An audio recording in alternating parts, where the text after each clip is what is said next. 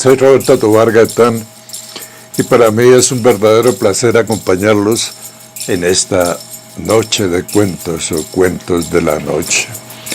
Bienvenidos. Hoy estamos larguitos de tiempo y es muy difícil subir el material a YouTube desde acá, desde la provincia, desde el campo.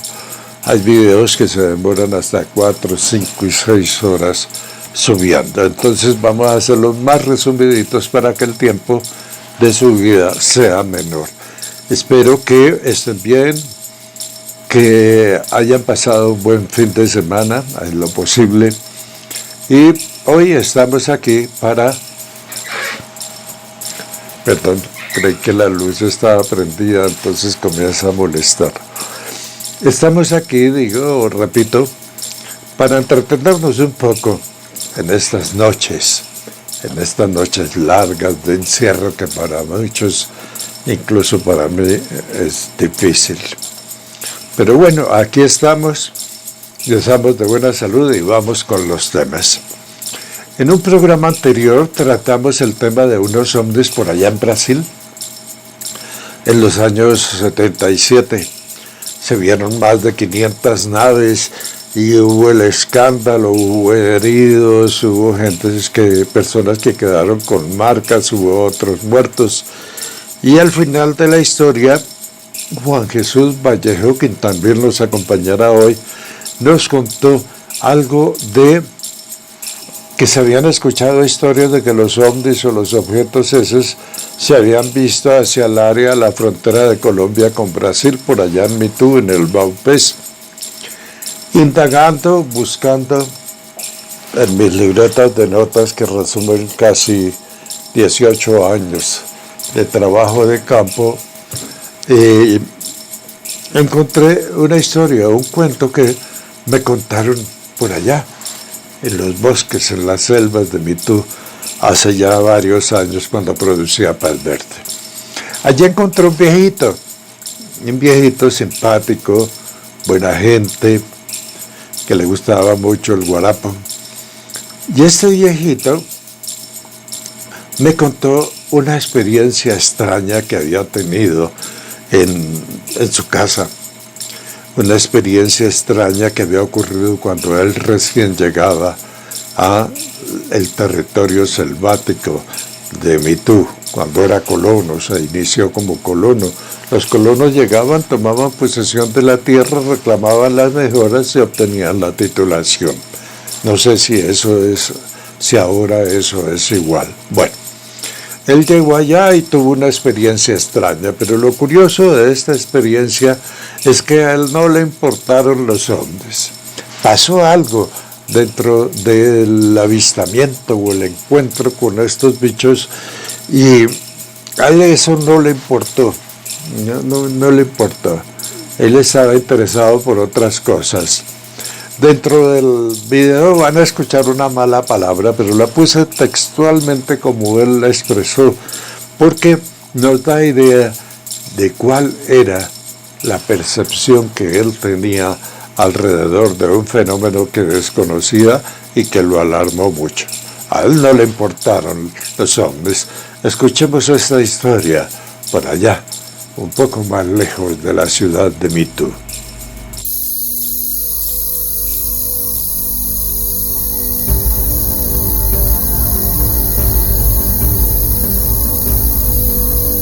Don José María era un colono que junto con su familia, a finales de los años 70 del siglo pasado, llegó a la población de Mitú en busca de una mejor vida. Y como colono, tomó posesión de un pequeño territorio o parcela. Allí, después de tumbar el monte o la selva, estableció un pequeño cultivo de yuca y pastos con los que alimentaba sus 2 o 3 vacas. Tenía un cerdo y un perrito campesino que siempre lo acompañaba. De su huerta extraía frijol, tomate y algunas legumbres del clima cálido. También pescaba en el río cercano y de cuando en cuando mataba un novillo, un toro joven que le servía para alimentar a su familia. La carne del bovino la sajaba en forma de largas tiras que luego salaba y ponía a ahumar en una fogata especial. y cuando había mucha, la colgaba encima del fogón en unos travesaños de madera. Para vivir tenía un ranchito de madera cuyo tejado había armado con hojas de palmas secas. En un caluroso día de enero, después de sus faenas en el yucal, a eso de las 5:30 de la tarde, José María se retiró con su familia a su vivienda. Doña Josefa, la esposa, de inmediato comenzó a preparar la comida para la familia. Para hacerlo tomó 2 pedazos grandes de la carne de res oreada o ahumada que colgaba en las varas transversales que había encima del fogón o de la estufa de leña. Una estufa armada sobre una gruesa capa de barro y montada sobre un armazón de madera. Mientras doña Josefa hacía la comida, don José María llegó con leña para el fogón y un poco más de 1 hora después, alumbrados por 2 mecheros de petróleo, todos habían comido y estaban listos para ir a dormir. Los 4 niños del matrimonio se acostaron, todos en una misma cama, y mientras la mamá arreglaba algunas cosas, don José María salió al patio para orinar cerca de un rastrojal. Entonces, mientras aliviaba su vejiga, miró al cielo estrellado, un cielo que se abría en la inmensidad. Y fue en ese momento cuando a lo lejos, retiradas a unos kilómetros de la cumbre de un cerro llamado Odocabeba o Urania, una formación rocosa de unos 200 metros de altura que hace parte del macizo guayanés. Al mirar hacia ese lugar, hacia la montaña lejana, vio, según sus palabras, unas bolas brillantes de luz que en fila pasaban por encima del cerro y venían hacia él. Intrigado se quedó mirándolas y cuando estaban a unos 100 metros, aterrado porque no entendía qué era esa fila de luces, corrió a la casa, trancó la puerta y llamó a su esposa, doña Josefa, para que miraran por un resquicio de la pequeña ventana. Y al mismo tiempo que lo hacía, le hizo una seña con el dedo en la boca para que guardara silencio. Doña Josefa no entendía, pero le hizo caso. Y así estuvieron un ratico, los dos mirando a hurtadillas, mirando hacia el patio, en dirección a donde venían las luces. Entonces, los esposos vieron que una de las luces, que era como un foco de carro grande, se iluminaba y alumbraba el patio. El foco de luz redonda iluminó todo a su alrededor. Y fue entonces cuando escucharon un chillido como de metal, un chillido que sonó durísimo y les obligó a taparse los oídos.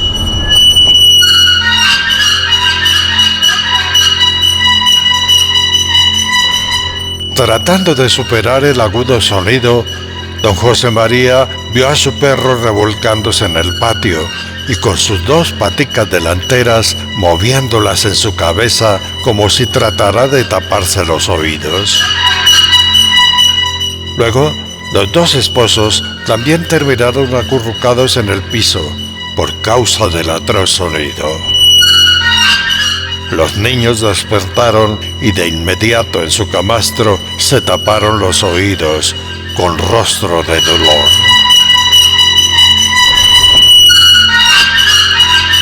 El chirrido, el sonido, que les pareció larguísimo, duró al parecer 30 o 40 segundos y luego se apagó.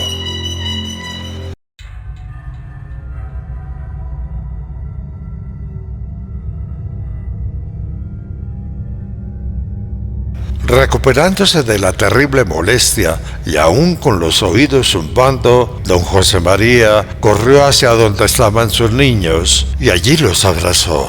Su esposa, doña Josefa, hizo lo mismo. En ese momento no entendían qué era lo que pasaba. No sabían qué era ese foco grande que había producido semejante sonido. y la familia estaba abrazada y apagada cuando algo ocurrió.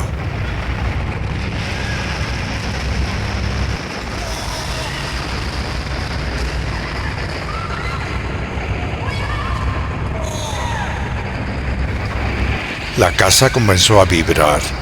Al principio fue suave y luego aumentó como si la tierra temblara. Aterrado, don José María se abrazó más a su esposa y a los niños. Todos miraban al techo. Un momento después, con el sonido de la madera que se desgarra, vieron que el techo de su amado ranchito se elevaba y los dejaba al descubierto.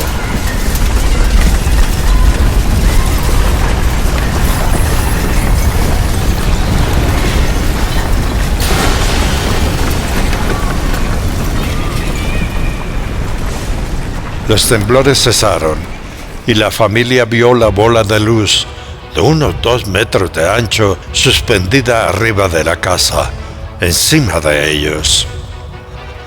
Todos miraban hacia el cielo sin techo, aterrados. Entonces, de la cosa o de lo que fuera, salió un hilo de luz roja que se colocó encima del fogón, sobre la carne salada y ahumada.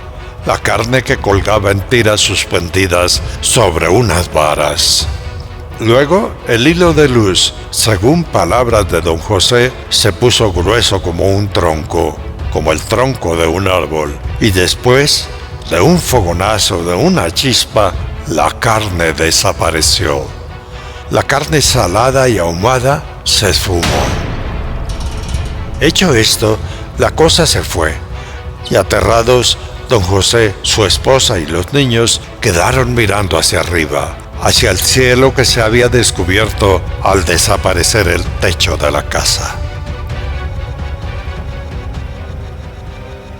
Después de un rato largo, como nada pasó, se fueron recuperando, y entonces se dieron cuenta que el perrito que había sufrido en el patio los dolores del chirrido, estaba encima de la cama, acurrucado y temblando en el regazo de uno de los niños. Esa noche solo los niños durmieron. Y a la madrugada, don José María por fin pudo levantarse de la cama, y su esposa lo acompañó.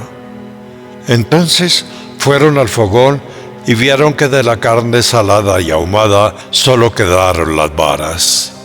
Entonces don José María exclamó: «Esos hijueputas se robaron la carne».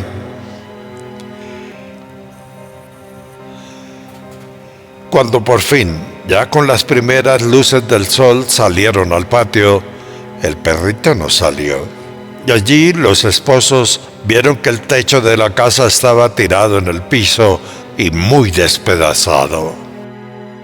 Entonces don José María, muy rabioso y muy bravo, comenzó a gritar groserías hacia el cielo, y en ellas decía: «¡Devuélvanme la carne, ladrones! ¡La carne!». A las 7 de la mañana o tal vez después, don José María, su esposa y los niños se fueron para Mitú.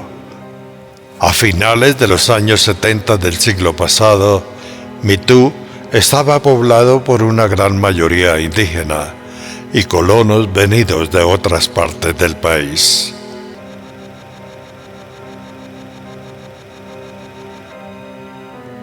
Al llegar al pueblo, don José María buscó a diferentes autoridades para reportarles su percance.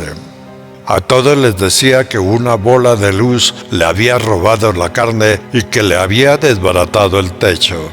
Y también preguntaba que dónde podía poner el denuncio. Con su cuento, nadie le hizo caso. Al contrario, se burlaron de él diciendo que estaba loco. Historias de fenómenos raros en las selvas de Colombia, allá a finales de los años 70, un poco después, o tal vez antes, de los misteriosos sucesos de Brasil, donde se reportaron más de 500 naves que que atacaron a la gente y de las cuales, según cuentas oficiales, hubo 2 o 3 muertos.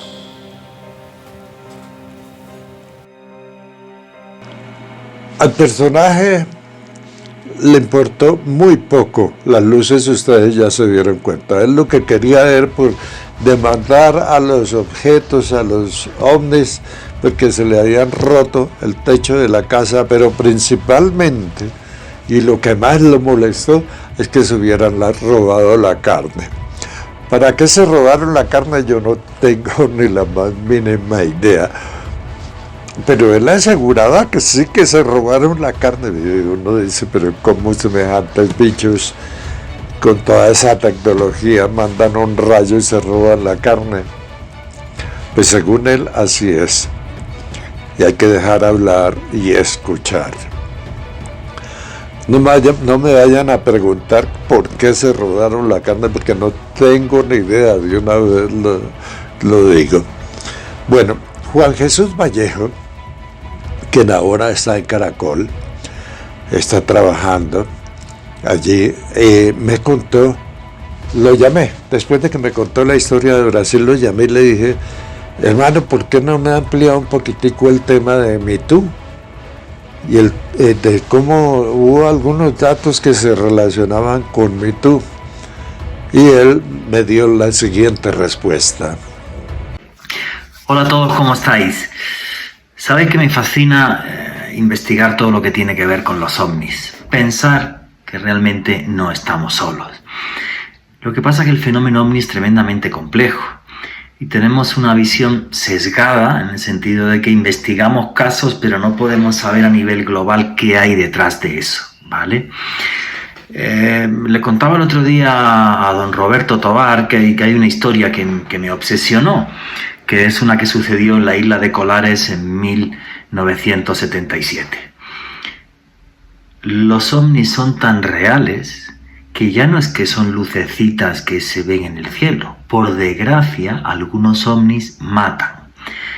Y el hecho de que maten no es positivo, pero sí nos demuestra que son muy, muy reales. Por eso los casos donde, por desgracia, ha habido fallecimientos, como es el de la isla de Colares en Brasil, que hubo 3 muertos, o es aquí en Colombia, en Anolaima, el de Arcesio Bermúdez, siempre han sido historias que me han interesado mucho. Hace unos años, cuando yo dirigía Luna Blue, en Blue Radio, las noches de Blue Radio, pues le hice una entrevista a un amigo mío, que es un periodista brasileño, Pablo Villarrubia, que vive allá en España, pero repito, es brasileño, que es la persona posiblemente que mejor ha investigado el caso de la isla de Colares, que provocó que fueran ni más ni menos que las Fuerzas Armadas brasileñas ante el pánico que estaba sucediendo allí. Repito, allí lo que pasaba es básicamente, unas luces de un tamaño de no más de 2 metros de diámetro que acosaban a los pescadores y campesinos de la isla de Colares, llegaban a paralizarlos, les lanzaban como una especie de rayo que le dejaba unas quemaduras a la gente.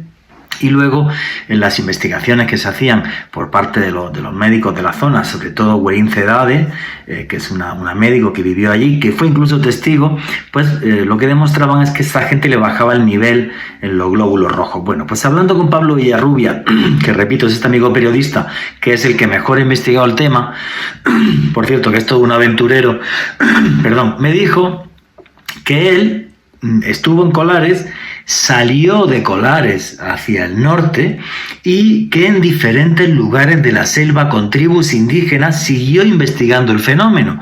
Ya al llegar a las tribus indígenas de la Amazonía, me comentaba una anécdota muy curiosa, es que me decía, claro, los indígenas que no tienen ningún tipo de contaminación cultural apenas y que no ven televisión ni nada, le decían que de repente por la noche se aparecían dragoncillos, unas esferas de luz que también les perseguían y les acosaban.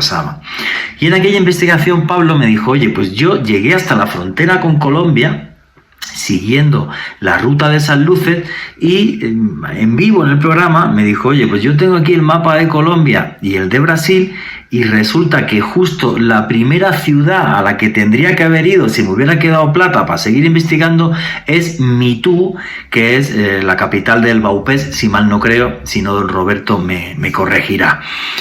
Yo nunca he estado en Mitú, no he tenido la suerte de poder ir a Mitú ni conozco el Baupés, pero creo que don Roberto tiene algunos conocimientos de historias allí, algunas investigaciones, que cuando menos os van a sorprender. Hasta luego, chicos. Y esa es la percepción o la historia o el recuerdo que él tiene de los sucesos de Brasil y lo que alguien le contó de que se habían visto y había historias alrededor de la ciudad de Mitú, departamento del Baupés, en Colombia. Pues bien, indagando entre mis recuerdos, alguna vez produjimos con Carlos Orlando Niño Vicentes un programa que se llamaba Aborigen. Y por allá en el Baupés encontramos la historia de un indígena también, ya viejo, que me contó o nos contó la vivencia que él había tenido muchos años atrás. Una vivencia que nosotros ubicamos a finales de los años 70 y que puede estar relacionada con los acontecimientos de Brasil. Escuchamos esa historia y es una historia donde los indígenas, los objetos raros, extraños, desconocidos, los relacionan con entidades espirituales, pero muchas veces esas entidades espirituales que ellos tratan de explicar con divinidades, los sucesos, los objetos, lo que ven, que tratan de explicar con divinidades, no son eso, son otras cosas. Vamos con esta historia de los guananos.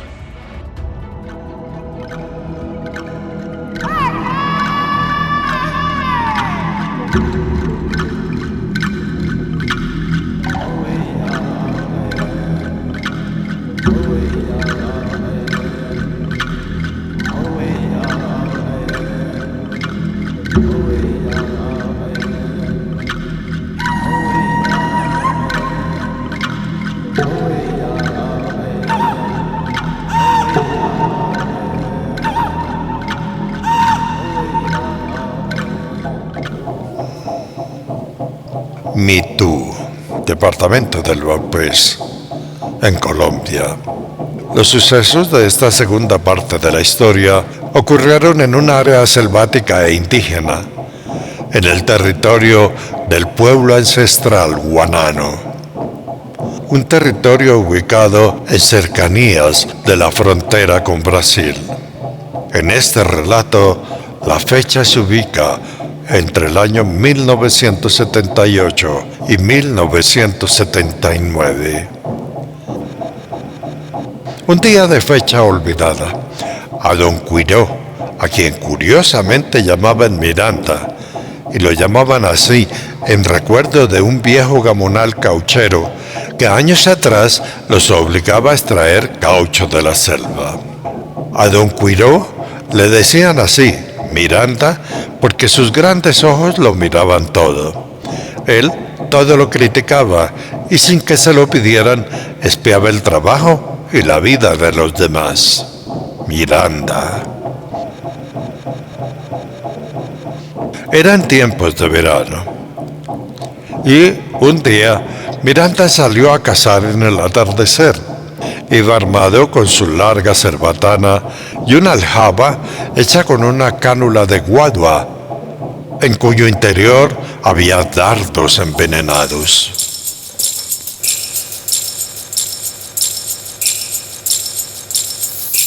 Avanzando por la espesura de la selva, en ese entonces muy virgen, a Miranda le cogió la oscuridad persiguiendo un zaino, una especie de cerdo salvaje suramericano que estaba siendo muy huidizo.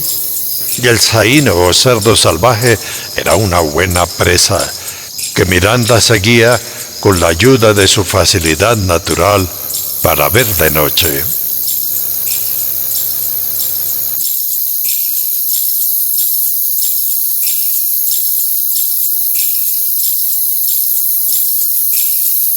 Mirando el piso y siguiendo las huellas, Miranda notó de un momento a otro que los sonidos de la selva nocturna se apagaron. Nada se escuchaba, ni siquiera los grillos. Extrañado, miró hacia todos lados, pero no vio nada que llamara la atención. Rato después, aburrido de buscar y buscar su presa y molesto por el silencio de la selva, Miranda decidió regresar a su maloca, de la cual se había alejado bastante. Y así fue caminando, muy aburrido.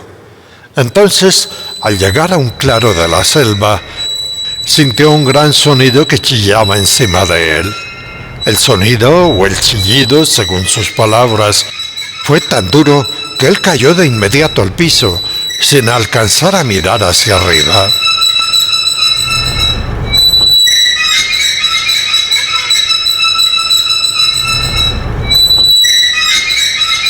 De rodillas en el suelo, tapándose las orejas, en un momento en el que él ya estaba desesperado y con ganas de salir corriendo, abrió los ojos y entonces vio una gran luz en forma de bola que iluminaba y alumbraba el bosque como si fuera mediodía. Unos segundos después, el aterrador chillido se apagó y la luz se fue. Y entonces, en la oscuridad, vio que por encima del dosel selvático, por encima de los árboles, un montón o gran cantidad de cosas volantes, cosas que eran igualitas a las grandes semillas del yopo. En el cuento, sin saber contar los números, Miranda solo decía que eran muchísimas. Nota para aclarar.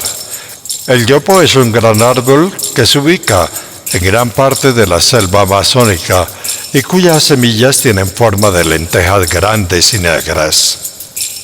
Hecha la aclaración, sigamos.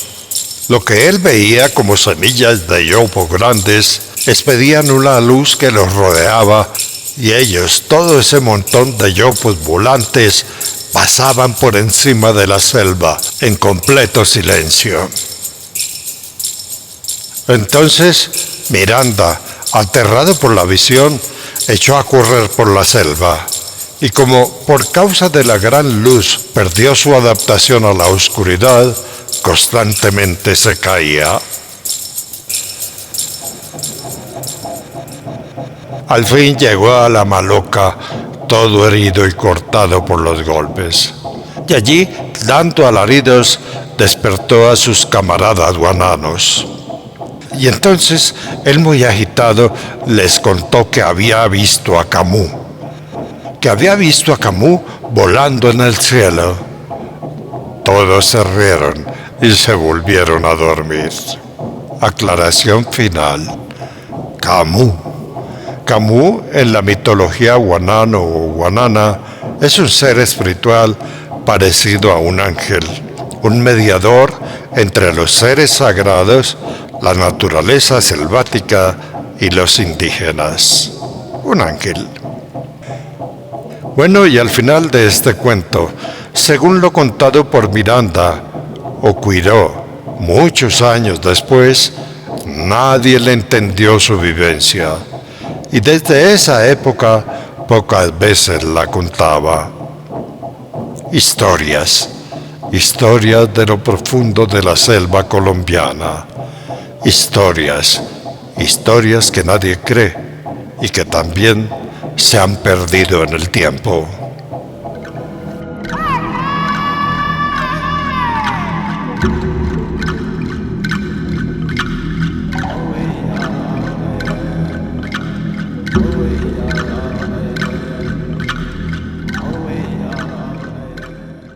Dejar hablar y escuchar. Una historia rara, una historia extraña, una historia que involucra deidades muy especiales. Posiblemente lo que se ha visto o lo que se cuenta en la selva amazónica, en los llanos, no tiene que ver con deidades, sino que tiene que ver con encuentros raros, con encuentros cercanos muy extraños que se explican de una manera espiritual o quimérica. Eso ha sido todo por el programa de hoy.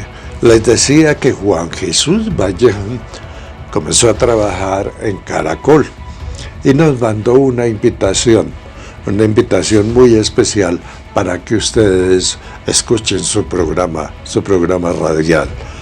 Juan Jesús Vallejo y su invitación. Hola a todos, ¿cómo estáis? Quería comentaros que estoy muy feliz porque este próximo sábado a las 9 p.m. de la noche estaré en Caracol Radio dirigiendo un especial sobre profecías. Vuelve el periodismo de misterio a la radio colombiana. Vuelvo al Grupo Prisa, que fue mi casa durante 5 años en España y durante también un tiempo aquí en Colombia. Tremendamente feliz de que otra vez esté junta la gran familia del misterio, que sois vosotros. Yo no estaría aquí si no fuera por vuestro apoyo. Y deciros que yo os espero el próximo sábado a las 9 p.m. en Caracol Radio, especial sobre profecías. Juan Jesús, esperamos que te vaya bien en ese reencuentro con los micrófonos y con todas esas historias que has investigado a lo largo de 5 continentes. De verdad, muchos éxitos. A ustedes, amigos, compañeros, suscriptores, viajeros, exploradores de la noche, muy amables por habernos acompañado. Se me olvidaba, me acabo de enterar, me contó mi hija Viviana que crearon amablemente un club de tobaristas, de verdad muy amables, muy gentiles. Eso nos ayuda mucho a continuar. Voy a tratar de acompañar este club con algunas charlitas y eso, pero diariamente no puedo porque hay mucho trabajo en tratar de elaborar los cuentos de la noche o la noche de cuentos para acompañarlos a ustedes en estos días de cuarentena. Días difíciles, no es fácil estar solitos. Aquí estamos el par de viejitos solitos, pero nos hemos sostenido un poco cada uno en sus actividades y lo más importante, respetando lo que somos, respetándonos nuestro trabajo, nuestras ideas. Muy amables, muchas gracias y feliz noche.